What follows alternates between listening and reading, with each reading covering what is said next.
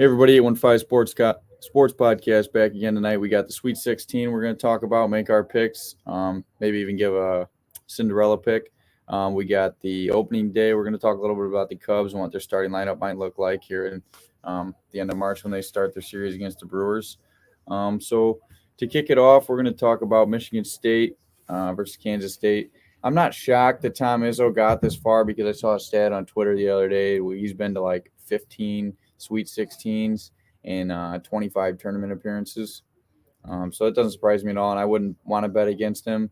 But I am going to pick Kansas State in this game. You know what they call March, right? No. It's January, February, Izzo, April, May, June. That's what Yeah. That's what they say about Izzo. Yeah, he does a tremendous job. And then I saw that he's 24-7 in games where he only has 1 day to prepare for the next team in March, which is pretty incredible. He's even got an incredible record when he's an underdog. Yeah. In March. It's above 500, isn't it? I think so. I can't remember the exact numbers. But, I mean, you got to remember he's been there for how long? Since didn't he win? Yeah, he's been there since the early 2000s, right? Well, they won a championship in 2000, so it's got to be a little longer than that, right? Yeah, so probably. I mean, he's got a lot of time under his belt with the same program, but that's what you call stability, right? Yeah. That's what you want. Staying in one spot. Well, and just being on January, I think he became the head coach of Michigan State in 1995. 1995. So, I mean, that was before both of us were even born. I mean, it's going on 30 years. Almost 30, 28 right now. So, what an incredible run he has. He's keeping the Big Ten alive. So, I'm rooting for Michigan State the whole way. I'm rooting for Kansas State just because I'd like to see something different. You know, Michigan State does this a lot. Kansas State's got a first-year coach. I mean, they do it a lot, but, I mean, they don't win it all. I mean, they don't win it all the time. I mean, like I said, they have won since 2000, and I don't know if they have won even another one. No, I don't think they have. So I just don't think their team. Sure, it's a common occurrence for them to be in the Sweet 16. I don't think that their team, in my opinion, is talented enough to win it all. I think a team like UConn, Bama, and honestly, I think Arkansas is super talented, even though they're an 8 seed. Texas is rolling, but they just beat Marquette, which is a good win. Obviously, Kansas State had a great game against Kentucky. Shaka Smart. That you say Marquette, Shaka Smart has lost 8 out of his last 9 tournament games. Yeah, he did turn that program around though, because they had been kind of down for a while. Hard to win in March, right? Yeah, it is. Multiple coaches struggle with it. Yeah, but I got Kansas State in this game. I got Michigan State. Michigan State was he a shooting guard or point guard? Tyson Walker. Does Hogard normally brings the ball up, don't he? AJ Hogard. Well, I think they can both play the same. I think they can both play it because I remember watching Michigan State versus what game was it in the regular season, and Walker hit like back-to-back shots, and he had the ball.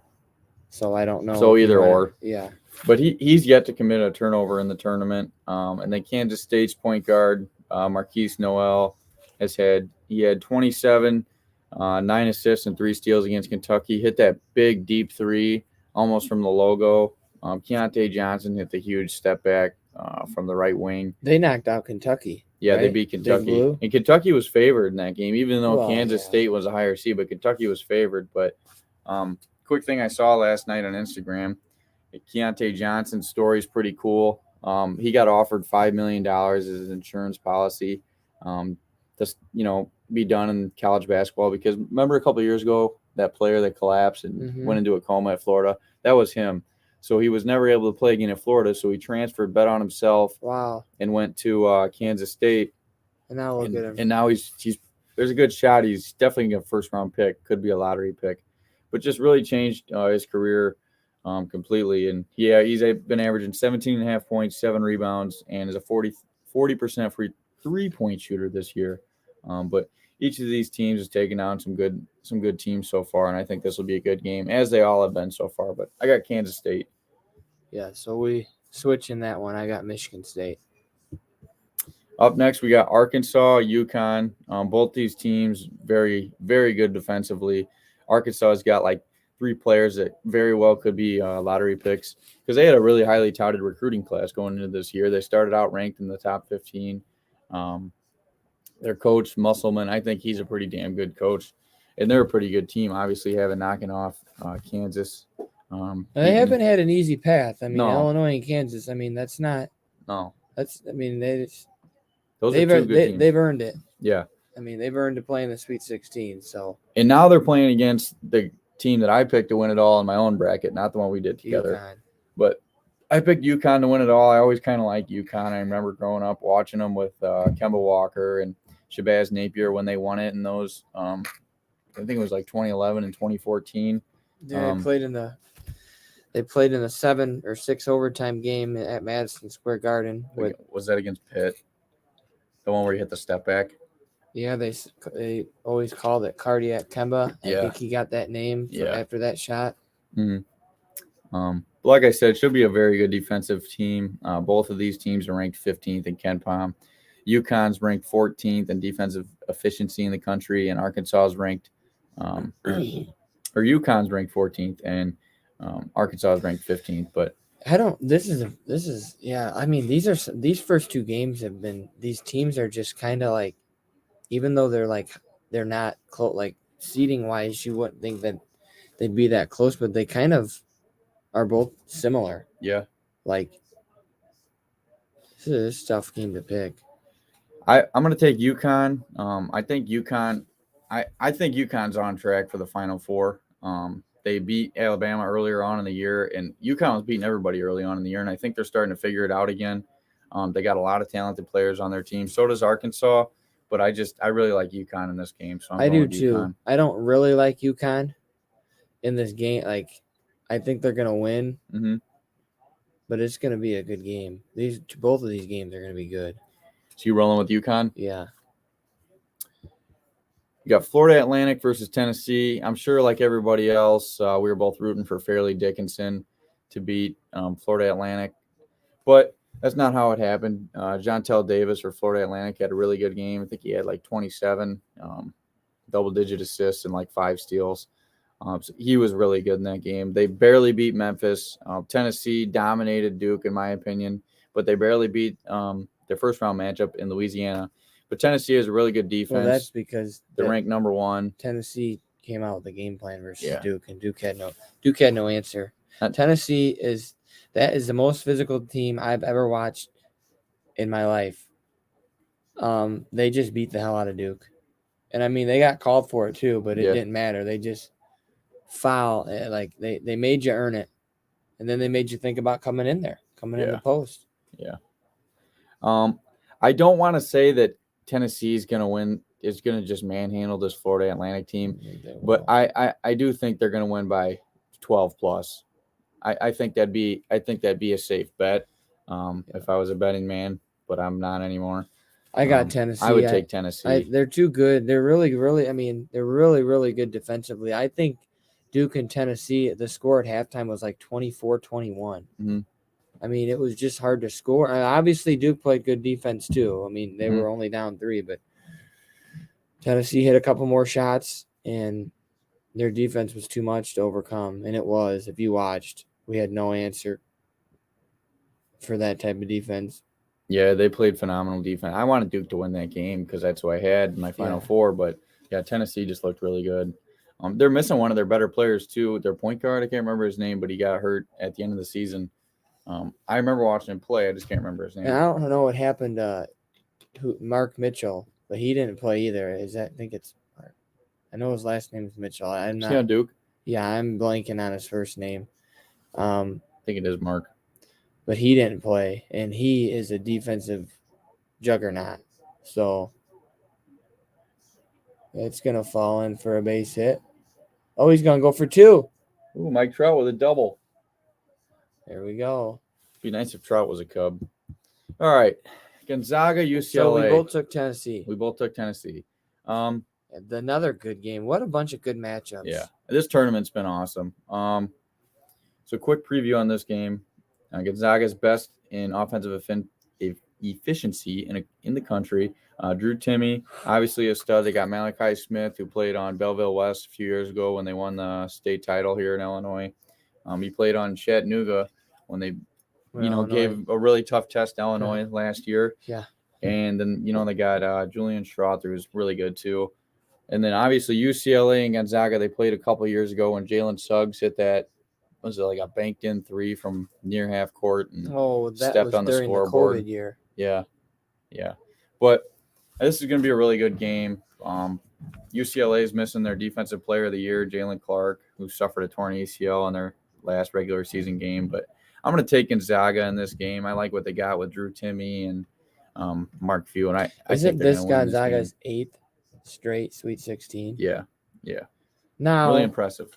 It is very impressive. A lot of it also has to do with they're a high seed, which means they're always going to get supposedly an easier team the first round.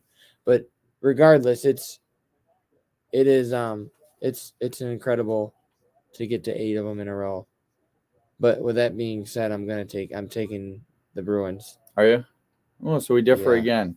So far, we differed on Michigan State, Kansas State, and Gonzaga, UCLA. Yeah, I got Gonzaga. I think Timmy's going to come out and have a great game here. Timmy might. The other players are going to have to step up for Gonzaga because I think they're going to. That should be their game plan. Yeah. If they contain Timmy to 20 and make them get 50 other points from 50 from the whole other team. I mean, I don't know if Gonzaga can do that.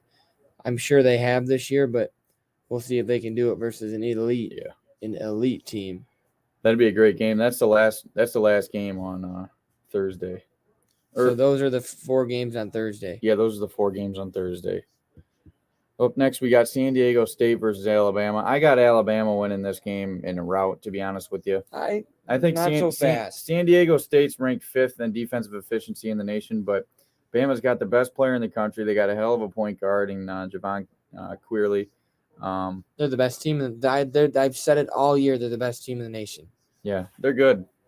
I've got Alabama here. I don't know about a rout. Well, think about it. San Diego State beat Charleston, and then they beat Furman. Yeah, I mean, it's not. I wouldn't say they played had a very spectacular. easy freaking.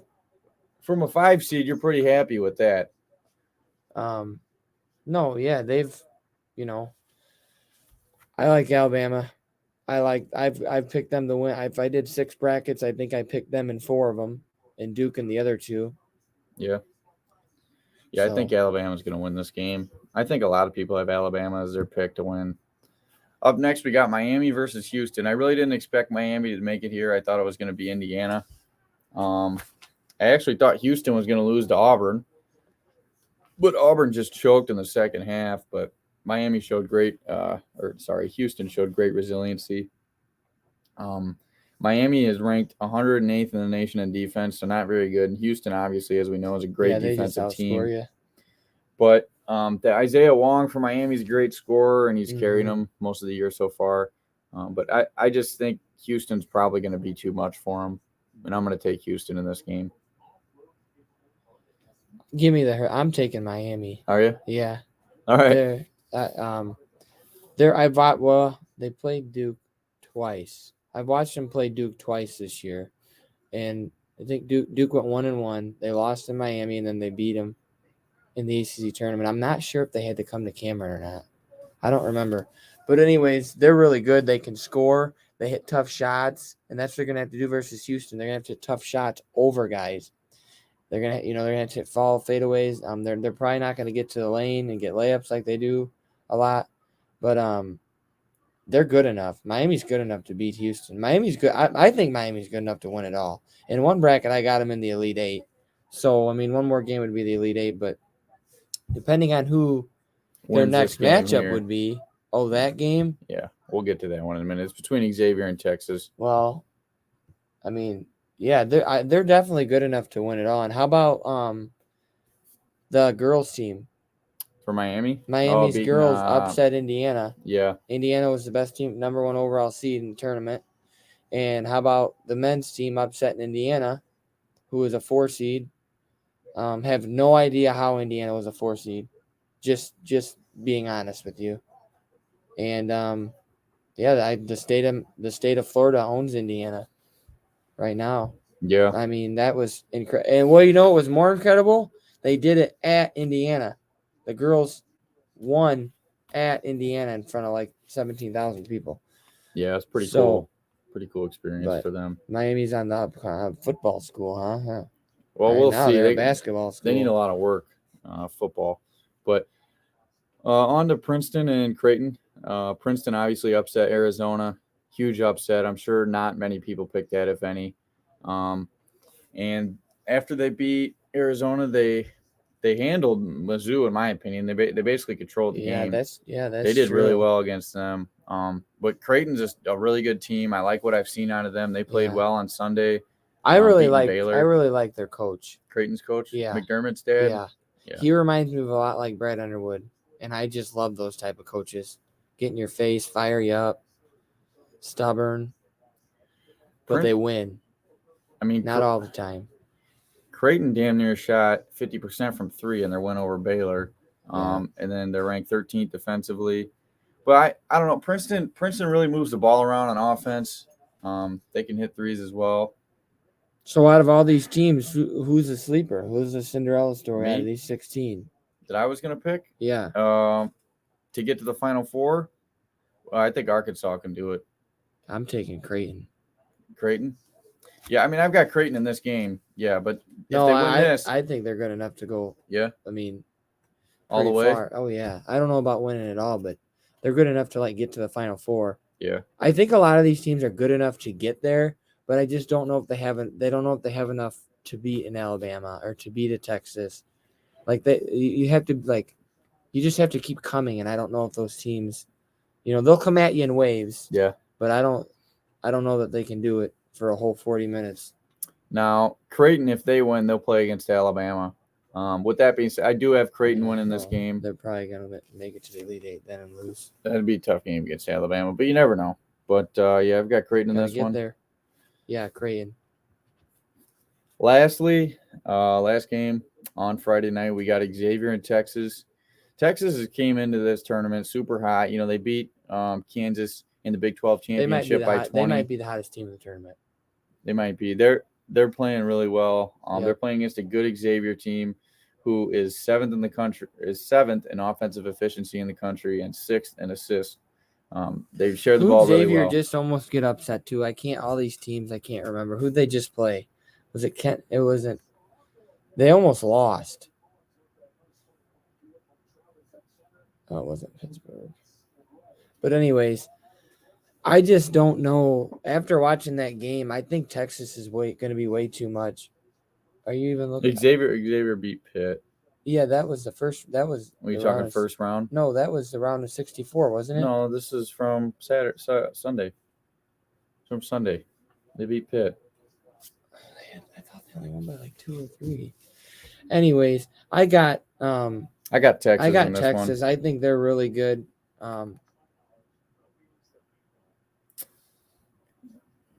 Texas, like we said, hottest team in the country. Sorry. They beat Penn State and they only made one 3-pointer. It was the first round where they almost lost to Kennesaw State. They only won by 5. Kennesaw State. I don't know how you say that damn name. But anyways, then they pretty much took it to Pittsburgh. Yeah.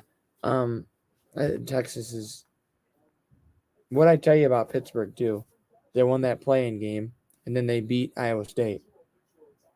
Yeah. Ex Duke alum. Jeff Capel, is their head coach. Oh yeah, Jeff Capel. He coached at OU too, good. But he got booted from OU for recruiting violations with money and whatnot. But yeah, I got Texas. I got Texas. One thing I want to touch on is bring up our podcast bracket.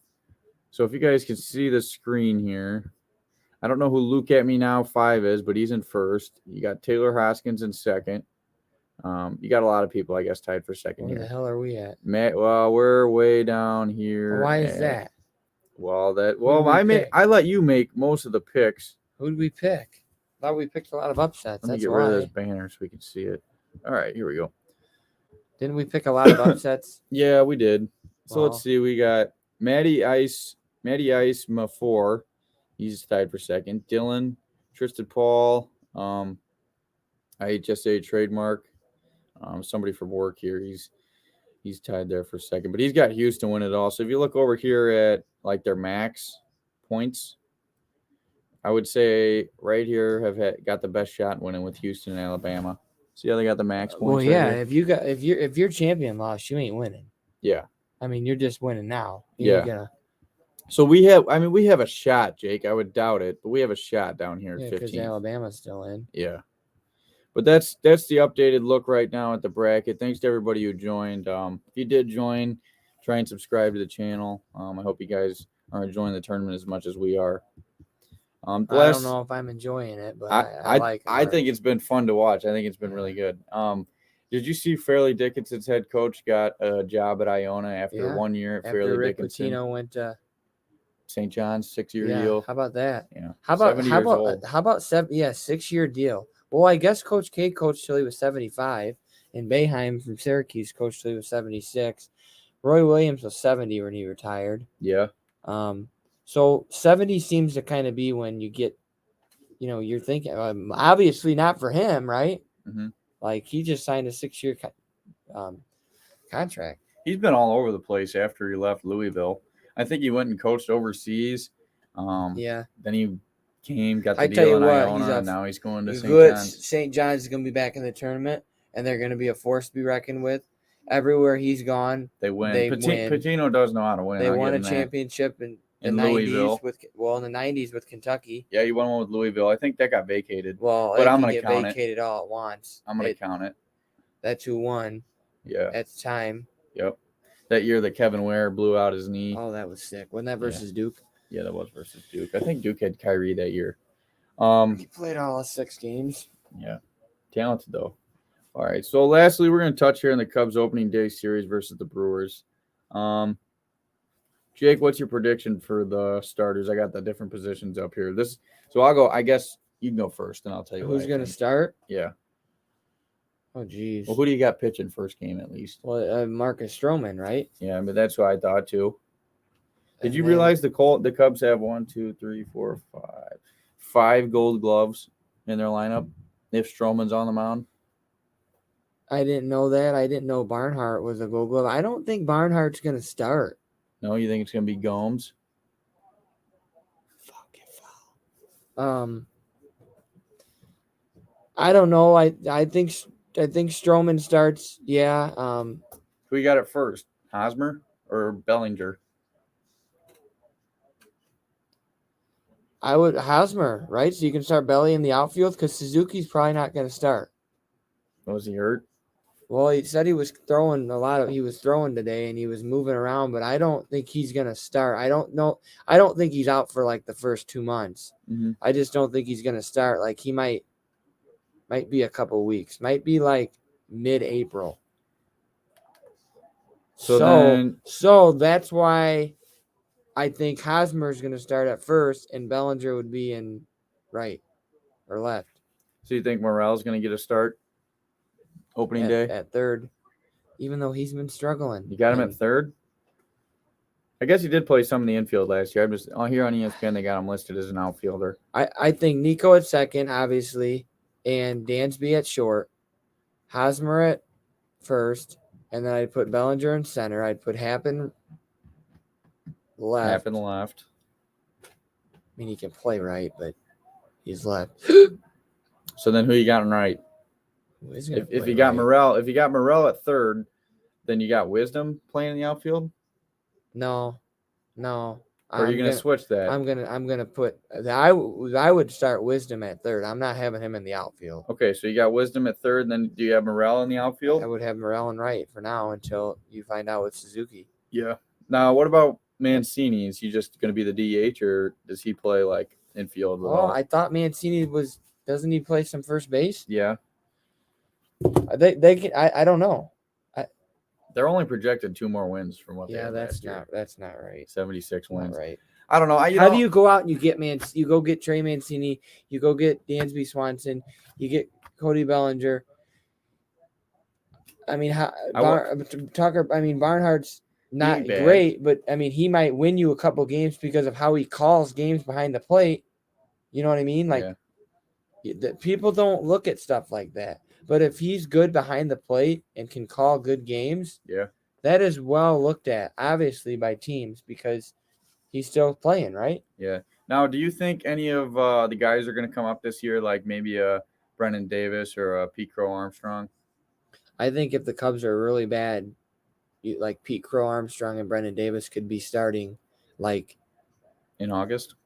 September, end of August, September to get ready for next year. So next year, you think those guys are both on the team? Yeah, I don't think that's a Why not just let them come up now? I agree. I mean, at winter, I hate that it takes till you're like 26 in baseball to bring you up. I don't understand it. Well, actually, I do understand it. They wait because the longer they wait, the longer they get you under team control. So that's why they do all that stuff. Where even if a guy's really highly touted, like Chris Bryant, remember they waited to bring him up so that they could have him for an extra year. That's why they do it that way, or cheaper, or extra years on their deal. 76 wins is what they're projected. I would go over 80. I would take over on 80. And notice how I didn't pick an absurd amount. Mm-hmm. I think 80. I'd go over 80. You're just saying so 6 more wins than last year. Yeah. Do you think they have any shot at the wild card? Do you think something crazy could happen where they have a shot? I don't know why they don't have. Why are we not talking about a shot? If they play good, why are we not talking about a shot of the division? I know it's the Cardinals, but other than the Brewers, 1 and 2, who do they have? I mean, they're going to throw Burns at you. They're going to throw Woodruff. The Reds are still rebuilding. No, I ain't worried about the Reds. The Pittsburgh Pirates suck. I ain't worried about Pirates. Cardinals do have a lot of good players on their team, though. Goldschmidt. Drop in there. You fucker. And then the Cardinals, obviously, I know they have Goldschmidt and Arenado, but, I mean, are you really scared of Wainwright at 41 years old? Now, Michaelis is good. I probably just bombed his name.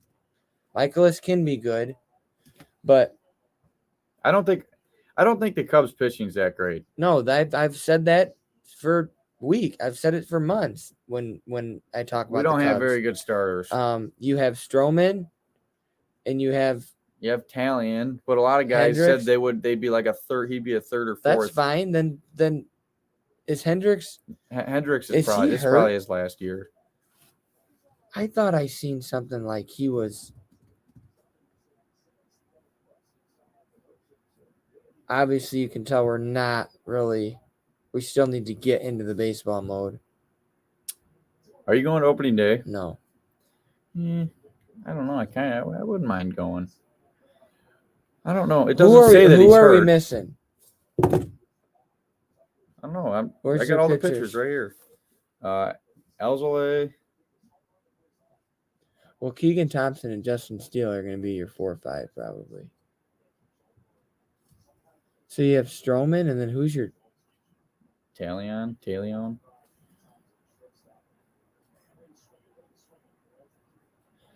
I guess I'm just thinking. I guess I'd go Stroman's Hendricks Talion. Oh, it's gone. Who is it? Is that Trey Turner? Yeah. Oh my God. I mean, just put the USA on your back, Trey. I mean, that ball was smoked. What's he got? 3 or 4 home runs in this tournament? This is actually a pretty fun tournament. 5th home run this tournament. 5th. I watched the game last night where Ohtani started it off with that double in the 9th. Japan came back and won. That was a good game. But yeah, I mean, and then your 4 or 5 would be. You just said Stroman, Hendricks. No, your Talion, 4 or 5 would be and Steele probably and Thompson. Really, really, really good in upcoming. I love both of them. Like, very good. I mean, I wish they were coming out of the bullpen. But the Cubs lack starting pitching. It's kind of annoying that all they did was sign Talion. But would have been nice to get Jacob deGrom.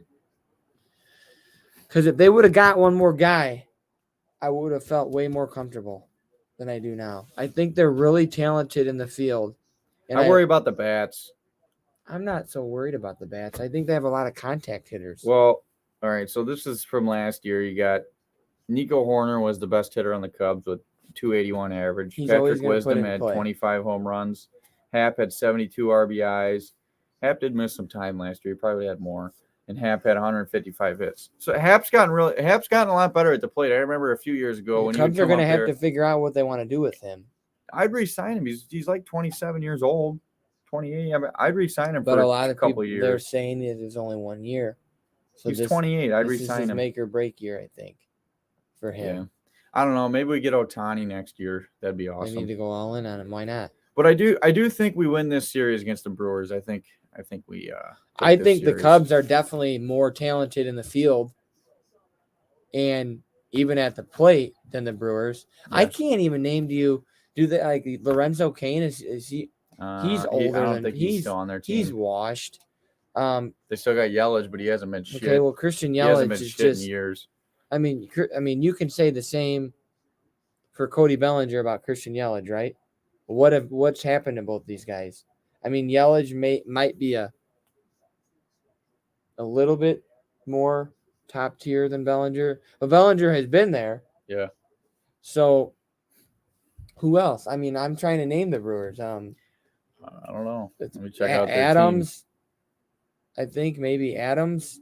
Willie Adam. Maybe it's Willie Adames. Maybe that's why I can't figure it out. Let's see their team here. They got Corbin Burns. Some pitchers here. Let's see what else they got. Tyson Miller, Wade Miley. I ain't worried about Wade Miley. Brandon Woodruff, like you said. They got Victor Caratini behind the plate. Wilson Contreras' younger brother, William. Still Willie Adames. Victor Caratini is a solid catcher. Pretty good player. Let's see. They got. Yeah, I'm just looking at doesn't really look like a great team. looking at Milwaukee's lineup. Not really too worried about them. What worries me about the Brewers are the Cubs going to be able to hit Woodruff and Burns? I don't know. It'll be interesting, but I look forward to it. I think the Cubs will be more entertaining than last year. They were entertaining last year. I know. I said I think they're going to be more entertaining than last year. They started out well. Remember, we were doing these last year, and the Cubs started out well. We couldn't believe it. We were like, how is this team this good? Then they fucking sucked for about 2 months, and they won like 10 games, it felt like. And then after All-Star break, I mean, they were one of the hottest teams in the league. They just fell too far behind. So if that carries over with the new additions, it's just the Cubs going to come down to pitching. What's good about the Cubs and where they play is in April and May, definitely in April, you still get cooler baseball weather. In early May, you get cooler baseball weather. So you can make mistakes, is what I'm saying. Pitchers at Wrigley Field can make mistakes, and they don't always they don't always take advantage of them. Whereas where the Cubs played in the South, and it was nice all year round, or out in Cali, like you can't make as many mistakes. You know what I mean? When you're at Wrigley Field and the wind's howling in at you, they always say, well, if you want to hit a home run on today, you got to hit a line drive. Well, that means if you make a mistake and they hit a moonshot and it's just a normal fly ball in June or July, that'd probably be 10 rows up in the bleachers. I mean, we know it. Yeah. So that is why I think that can help the Cubs get off to a good start. Taking advantage of where you play, of the weather. Now, that also means on the flip side, they got to put the ball in play, and they can't be trying to hit home runs because you just aren't going to hit many home runs at Wrigley. I don't think the Cubs are going to be a home run hitting team, anyways. I mean, they have them. I'm just saying that I think they're more of a put it in play than a power hitting team. Well, let's say the Yankees were last year. And Bellinger can hit. I'm not disagreeing with you, but I think it's going to be but as most a team, of the lineup right. is going to put it as a team. Yeah, as a team, most of the lineup's going to be able to put it in play. But you could have a problem where Happ and Bellinger have their strikeout problems like they have in years past. That's why this team is very. We don't know. Yeah. What if Happ puts up career numbers? Not even career numbers, just what he did last year. And what if Bellinger comes back to half of what he was in his MVP year? 2017, he'd still be awesome. And then what if Seiya, comes out and he can hit when he's available.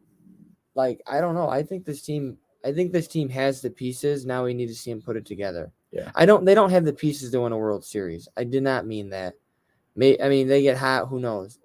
You can make a run just like March. If they make some trades, I agree with you. I don't think they're built to win the World Series. You aren't going to make I guess you could make a trade at the trade deadline that could I help think you. I think the Phillies. I think Face I it like up the middle.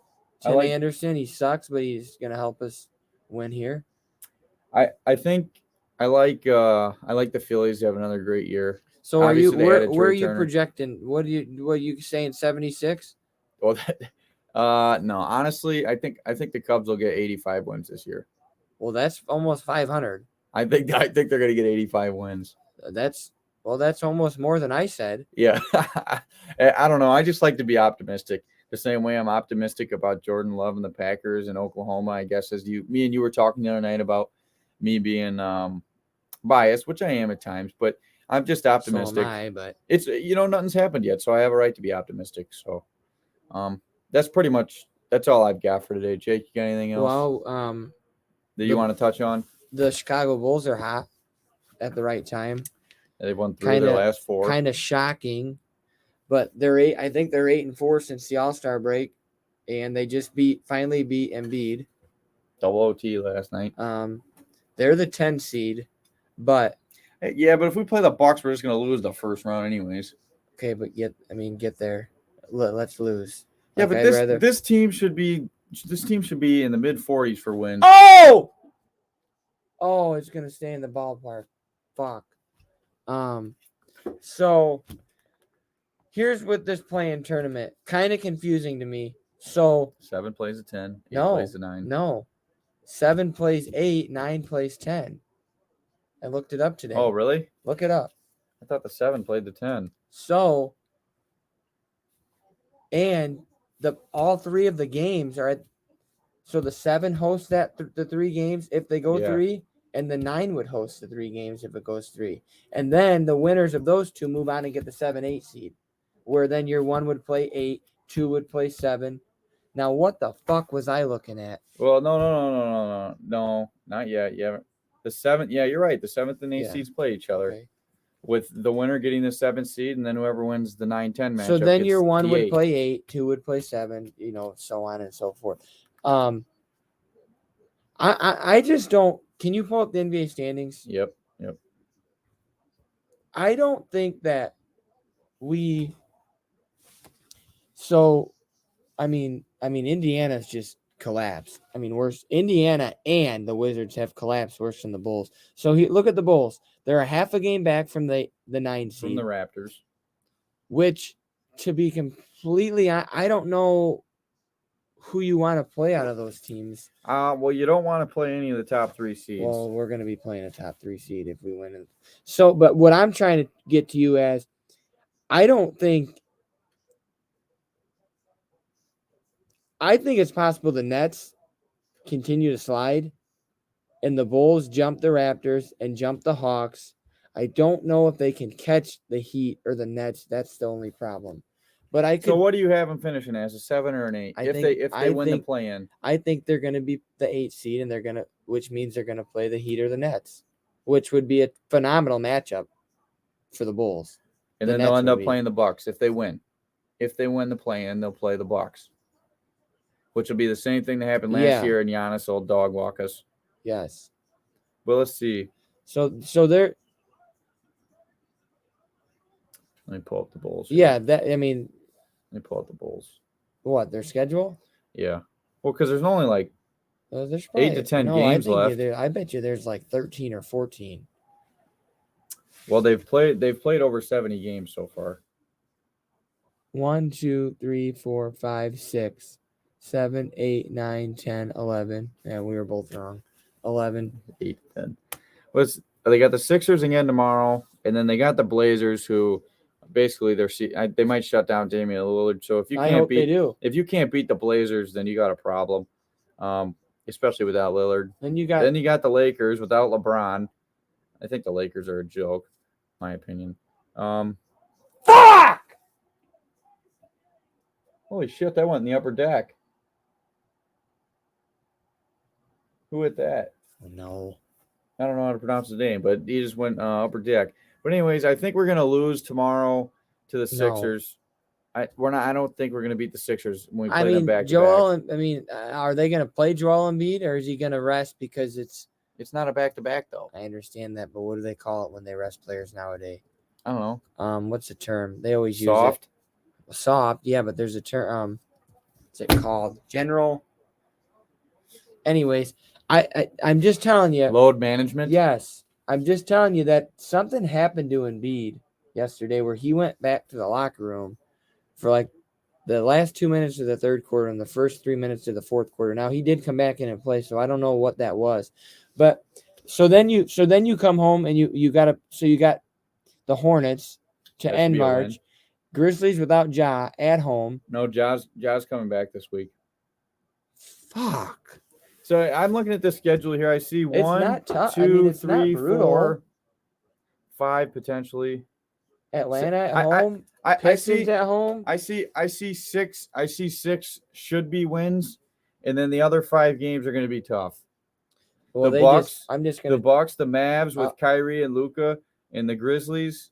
I'll tell you this: they just went. And the Clippers. They just went and beat Embiid in Philadelphia. Who are they? The second They did seed. beat the Heat. Yeah, they are the second seed. So they're third. They're third. Well, who's this guy? I mean, let's get somebody warming up in the bullpen. I mean, this guy's getting rocked. Oh, whoever Kelly is, but yeah, So- it'll be tough. They'll probably sneak in, but they won't do anything I don't for think us. they're probably going to sneak. Well, I guess they would sneak in if they're the last seed, but I think they're going to get in. I mean, they've got 2 games here where they can lose, and they're still would be. It's just sad because the Bulls have 3 really good players. No, but and they just. I know, but that's what I'm saying. I still think they can jump. Why can't we be the 5th seed like the Knicks? The Knicks got Julius Randle and Jalen Brunson, and they're the 5th seed. Because the Knicks didn't fall apart like the Bulls did. The Bulls are playing their best basketball. Basketball. They're playing their best. The Bulls are playing their best basketball right now, which this is when you want them to be playing their best basketball. They looked terrible yesterday. They found a way to win. Yeah. They looked great versus Miami. They shot like 33s and they made like 20. Yeah. So, but yeah, I think the Bulls are going to sneak in, which will be good because Chicago needs something good because the Blackhawks are dog shit. Don't know about the Cubs. I mean, who knows about the White Sox and the Bears? I mean, it's been awful lately. Illinois just shit the bed. Northwestern, what? Nothing. Your expectations for Illinois. Well, how you gonna call me out on something like that? I'm just saying, just so we could have finally some confrontation in one of our broadcasts. Well, I mean, I guess it's right. I guess you're right. I knew Arkansas was going to beat them. Well, I think Arkansas's got a better head coach. They obviously had more talent on their team, but I mean, Illinois just does not gel at all. Their team this year did not gel at all. They really fell off. They had no point guard really because Epps got hurt and then he didn't really play. That's not. No, I'm just saying. Fault. I'm not saying it's all Brad's fault, but so then his next move is okay. Well, now I got to have Coleman Hawkins orchestrate the offense. That Coleman Hawkins is not used to orchestrating the offense, so that's why a lot of his turnovers came. I just think there needs to be a substantial get in the transfer portal or recruiting. Why can't we just stay healthy? If Epps don't go out, I don't know how many of these guys you think are going to enter the portal. Meyer's gone. Who cares? He's gone anyways. He's worthless. He's gone anyway. Honestly, if Shannon Jr. goes, he goes. Everybody likes to hype him up, but I don't think he's as good. I don't think he's like first round. Like I don't think he's going to get picked in the first round. No, But if Shannon Jr. comes back to Illinois, I mean, let's be honest. He made first 10 all Big Ten team. Yeah. I mean, you're bringing back someone that averages 20 points a game, regardless on how everyone wants to look at him. Yeah. I do think it's important for a guy like Luke Goody or RJ Melendez to play a lot more next year. I mean, I don't love Coleman. Okay, but now I think know Luke Goody got hurt, right? And didn't play for the whole entire year. That's why I'm saying it's important for him to get some minutes. But I mean, he couldn't. Like, I feel like people are like, well, he don't get no minutes. Well, he didn't play. He couldn't play. So there were no, like, it wasn't an option. What? Oh, no. I don't know. I think Ty Rodgers needs to also play a lot more next year. Ty Rodgers plays a very good defense. He has a relentless motor, and he should have been on the floor more. Danger completely fell off, in my opinion. He turns it over a lot and does a lot of left-handed hook shots that I don't like. Problem is, I don't think he's that good. How you going to keep Ty Rodgers out there when he's not scoring? Well, maybe he adds that to his game this year. That's but right. Okay, You're well, right. That's what he's gotta do. Draymond doesn't score, and he's always on the floor. Well, Now he plays defense, facilitates, but Roger's going to work on his game. Here's and my he should play thing. a lot more next year. If you know Illinois basketball, probably a little bit, you know it good enough to know this, that Kofi Coburn was dog shit freshman year. Kofi Coburn could not shoot a ball. He was terrible underneath the basket. He would get the ball and he'd bring it down, and then people would hack him and they'd jump ball and he'd miss it and he couldn't shoot free throws. Now, I did love watching that team though. I'm not comparing Dane Danger to Kofi Coburn, but oh my good God. But anyways, what I'm trying to tell you about Dane Danger is this was his first full year of playing, right? Last year he sat out because he couldn't play because of the transfer rule. He also doesn't play good defense. I'm just telling you, next year's when I'm going to judge Dane Danger. I'm going to tell you, Dane Danger for about 10 games in the Big Ten season was our best player. He averaged like 14 points a game, 10 rebounds. He was a double-double machine. I mean, he was one of our best players for a while in this season. I think he can be that. I think Coleman Hawkins comes back. And I don't care what you people say that don't watch every game. Coleman Hawkins is Illinois'. When he's on the court, I mean, how are you going to argue the plus? How are you going to argue the plus minus with Coleman? They're better when he's on the court. Do you want to know why he turns the ball over? Do you want to know why he takes bad shots? Because he's orchestrating the offense as a non-point guard. And guess who has the ball late in shot clocks? Him, but I think Brad should have him in the post more because there were times against some teams where he's taller and more lengthy, and he just would get some easy buckets down low, and I agree. He wouldn't be down there most of the time. No, I look, I'm the biggest Brad Underwood supporter and biggest Illinois fan ever. Underwood is stubborn. But I think that he didn't. I mean, do you think Underwood has to win a tournament game next year? I'm not saying that honestly, he's really done well for the program. Honestly, but now the expectation is coming to: are you going to win a game in the tournament? No, I don't think Underwood has to win a game in March. What if we're not? What if we're a 9 seed again, and we play a team that's the same caliber as us? Who knows? I hope something changes because I don't know. I don't know what next year's going to look like. He's one of these guys that didn't watch Illinois basketball from 2011 to 20. I don't even know, like 2013 to 20. I don't even know. Probably 18. There was about 5 or 6 years where Illinois averaged 10 wins a year. They were literally a doormat, which has never happened in the program's history. Never were they a doormat. And so now Underwood comes here, and I'm not even going to get into what he's done because I'll just make anybody look foolish who thinks he's a bad coach. We dominate the Big Ten for 3 consecutive seasons. And even after the 4th consecutive season, which we were kind of mid, could beat any team, but could also lose any team, still leads the Big Ten in wins on the road, still leads the Big Ten in wins overall. And say what you want about the Big Ten, but like I told Drew, it's Illinois plays in the Big Ten. So that's what we judge it off of, right? That they play 20 conference games. I don't know. You're going to add UCLA, right? And who else? USC. And USC. So you're going to get more competition next. I don't know if it's next year. No. I think it's the next. I think it's the year after, 24. So, but I'm hearing a lot of rumbles about Underwood leaving the program. Himself choosing to? Because I don't think they're going to fire him. I don't know. No. God, no. Would he be fired? I think. I don't know if this is true. Twitter, people are just dumb and they like to spew shit, but Texas is what I've heard. Oh, yeah? I'm not going to lie. That probably would be an upgrade. It would be. Texas has a lot of talent. They have a brand new facility. Do you know how much he's getting paid? No, Is Texas going to be able to make him the 4th highest paying coach in the nation?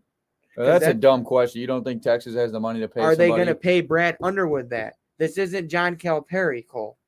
Are they going to pay Brad Underwood $7 million a year? I don't know, but now before we get into that, if Texas assistant coach makes it to the Final Four, and let's say they win the championship this year, Texas assistant coach, not sure who he is, but he should not be fired.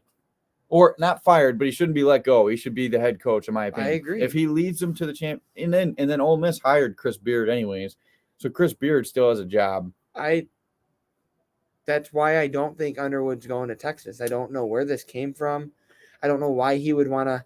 What else do we do in the offseason, though? It's just rumors, whether it's the NBA offseason, the MLB offseason. Well, I'm glad. NFL I mean, I offseason. kind of That's like what it. it is. I mean, it gives us something to look at, something to read, something to talk about when it's not going on. But the whole and about the new facilities, Illinois ranks 4th in facilities. Well, I'm talking their stadium literally got built 2 years ago. Well, I guess It's ridiculous when you watch a game there. It is pretty I awesome. also don't think you're going to get 18,000 people per game to show up when you're playing Penn State on a Thursday night in Austin, Texas. I think you would. Have you watched some of their games? No, I definitely think people would show up in Texas to watch Texas basketball. I'm saying in the past, have you watched some of their games? Like, what's the past to you? Like a year or two ago, like even this year. A year or two ago, they were still really good. You look and you see Texas ranked 4th, and then you look and there's seats open like they're not even ranked. You don't really get that at Illinois. I'm just saying Texas. I don't like Texas, but Texas is a big school and they're into their sports. They're not a basketball school. Let's get that out of the way with. Well, right they might now. become one. Alabama's becoming one. Nick Saban, I don't think likes it. I mean, are we really going to have this? I mean, Alabama's been good for about 3 years now. I'm using the word becoming. I'm using the word becoming. I mean, sure, they're becoming a basketball school, but that's not even a debate right now. I'm not trying to debate it. I'm just saying. I do think Texas would be a bigger job than Illinois, and they're going to the SEC. Oh, it definitely is it's a bigger job, yeah. And they would pay better. I'm sure that he's getting compensated well. I'm not saying they're going to offer Brad Underwood that much money, just because they might not have the confidence in him. That's what I'm saying. Now, Brad coached Stephen F. Austin. Now, is he from Texas? No, he's from Kansas. Okay. That's why there was rumors of him going to Kansas State. Kansas State made a good hire. But also, there's nothing wrong with State Farm Center. I mean, No. I like State Farm Center. It's the same thing as going to watch Indiana basketball. There's history and there's pride and there's tradition. That's why I like the Big Ten. It's history, pride, and tradition. And every other conference cares about, we need a new this, new that. Like, you know me, I don't like change. I hated when they fucked with Wrigley Field. I still wish the Dolphins played in the Orange Bowl. I don't care about new, but I guess I'm not the only one. All these younger kids do care about that. So I guess, you know what I mean? I care about history, tradition, and pride, because what teams did 25 years ago matters. Just because we weren't around for it doesn't mean it didn't happen. And new this, new that. It isn't always greener. I'm telling you, the grass isn't always greener on the other side. Andre Curbelo found that out. Brandon Podzeski kind of did find that it is greener on the other side. Well, sometimes it does work out better for you. It does, because he got playing time, and that's what I'm saying. Sometimes he probably would have been a big help to this year's team. That's one thing I would talk for an hour about. I agree, but I think we should probably call it here, to be honest. Well, wait till next time. Japan's about to the Grand Slam, so we're gonna get here to watch the World Baseball Classic, and hopefully Team USA can win. It looks like. Is this the bottom? Yeah, it's the bottom, but they scored a run there, so it's 2-1 Japan. But that's all I got for today. Jake, you got anything? No. All right. Have a good weekend, guys. We'll